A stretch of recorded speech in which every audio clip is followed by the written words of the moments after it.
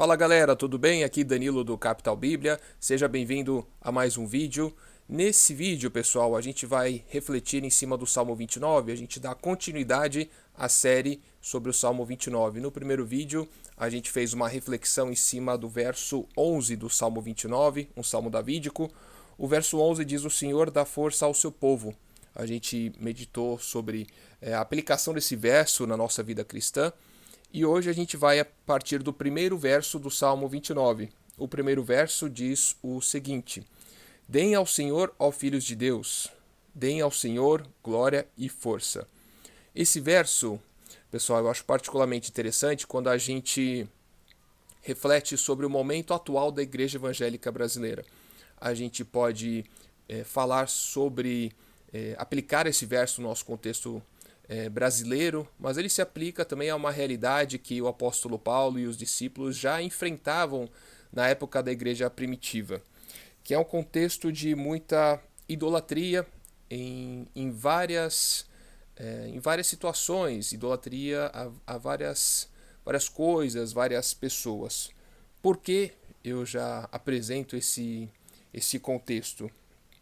Porque nós, como cristãos, sabemos que toda a glória e toda a força vem do nosso Senhor.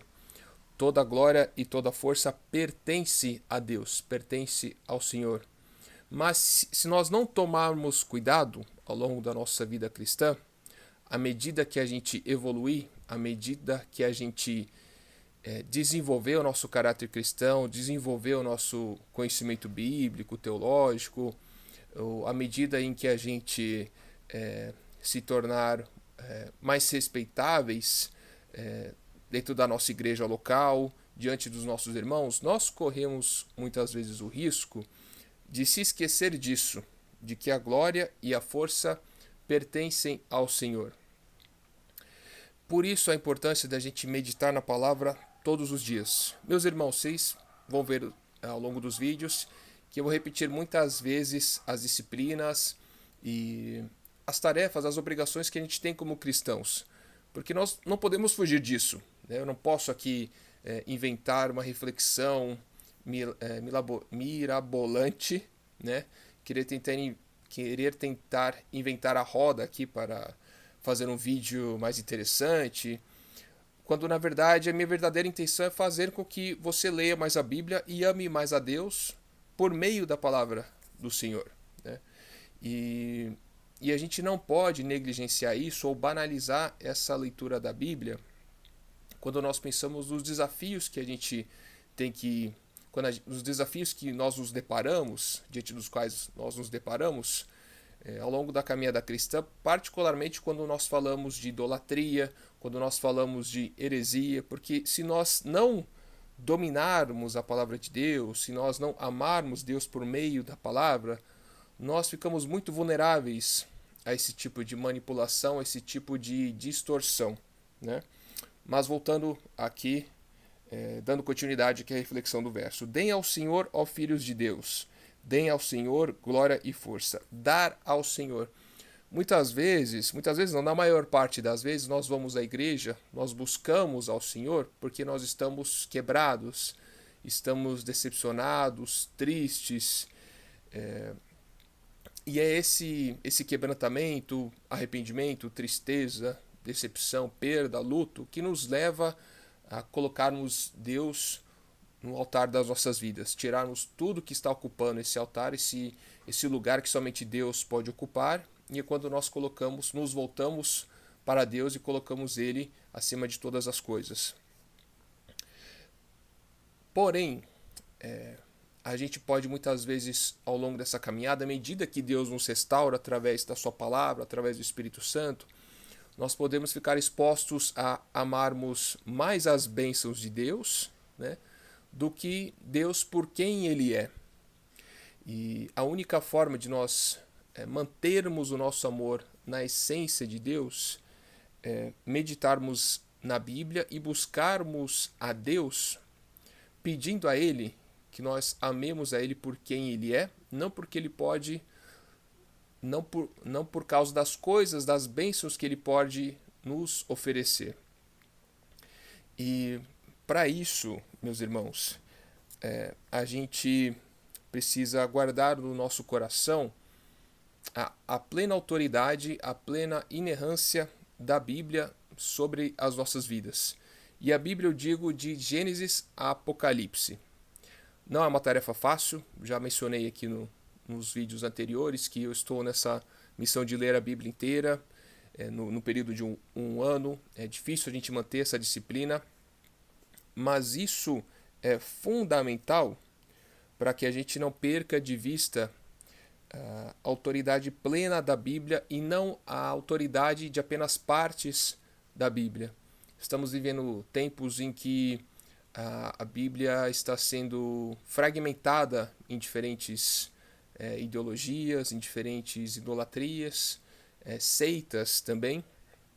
E se nós não mantivermos viva no nosso coração a plena autoridade da Bíblia de capa a capa por meio de traduções fiéis, nós seremos manipulados, seremos afastados de Deus e seremos induzidos a nos esfriarmos espiritualmente.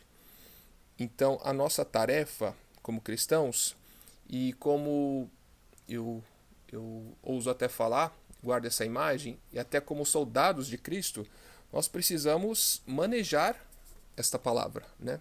Zelar por essa palavra, pela Bíblia. Aqui eu tenho em mãos a tradução NAA, a Nova Almeida atualizada. E é interessante nós tomarmos até mesmo cuidado com traduções, buscarmos traduções que sejam fiéis ao texto sagrado.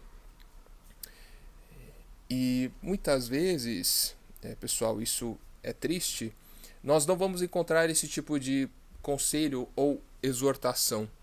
Creio que existem muitas igrejas saudáveis, é importante nós congregarmos, todo cristão deve se sujeitar, deve estar sujeito à autoridade do seu pastor local, da sua igreja local que prega o evangelho de Cristo, mas muitas vezes nós não vamos encontrar uma exortação específica para que a gente leia a Bíblia, e também não vamos muitas vezes encontrar uma exortação que nos leve a enxergarmos a vida cristã ou essas situações de heresia e idolatria como uma realidade que vai nos obrigar a encararmos isso aqui como uma arma mesmo, uma ferramenta para nós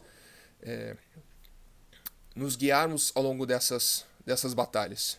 E creio que nos falta muitas vezes essa visão de que nós estamos numa batalha, numa guerra diária. Deus é soberano, Ele é rei sobre as nossas vidas, Ele que está no controle das nossas vidas, mas sabemos que o inimigo tenta nos atacar em todos os momentos. E Deus quer que nós busquemos a Ele de todo o nosso coração e que a gente busque ser fiéis à aliança, à palavra dEle, ao relacionamento, à aliança, né, que Ele fez com o seu povo. E cabe a nós guardarmos esta palavra, não nos sujeitarmos, não esmorecermos fisicamente, mentalmente, a ponto de nós ficarmos vulneráveis. Isso é muito sério, irmãos, porque as heresias, as idolatrias estão surgindo de formas cada vez mais sutis e muitas vezes dentro da própria igreja. E isso me leva a refletir ainda mais sobre o risco que a gente também corre de lidar com a palavra de Deus, lidar com a pregação, lidar com a vida cristã de uma forma passiva. Acho que o grande risco nosso como cristãos hoje é sermos cristãos passivos. Passivos diante da Bíblia, passivos diante da pregação, passivos diante de conteúdos como este que deve levar você a refletir se está fiel ou não às Escrituras, se é ou não fiel à palavra de Deus. Isso é um risco para nós e para as nossas famílias.